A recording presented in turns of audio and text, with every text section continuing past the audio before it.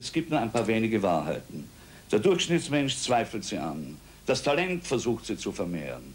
Und das Genie wiederholt sie. In diese Rubrik reihen viele ihn auch 8 Jahre nach seinem Tod ein.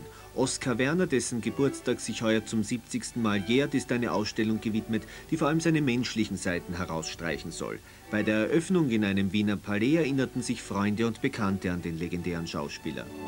Ich sagte zu Oskar Werner, ich kenne einen Kollegen gut von Ihnen. Und Veit Rhelin ist auch ein Maler und Zeichner. Und Oskar Werner sagte, ein Kollege von mir, ein Kollege von Ihnen. Ein bisschen böse, nicht? Aber so war er. Er war der Mozart des 20. Jahrhunderts. Er hat einmal im Kaffeehaus zu einem Ober beim Zahlen gefragt, sagen Sie, sind Sie beim Burgtheater?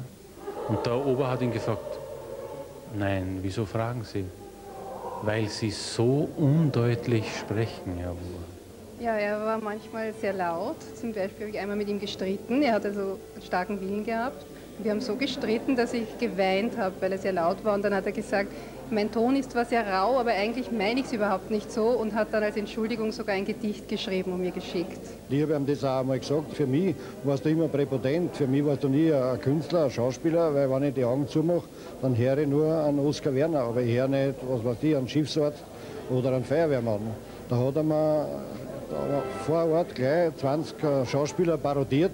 Da habe ich wirklich dann nicht mehr gewusst, in wem ich stehe. Vor allem war er ein Original und es werden immer weniger Originale heute und immer mehr angepasste Figuren, die so wie Plastikmandeln aus einer Maschine rauskommen. Ja.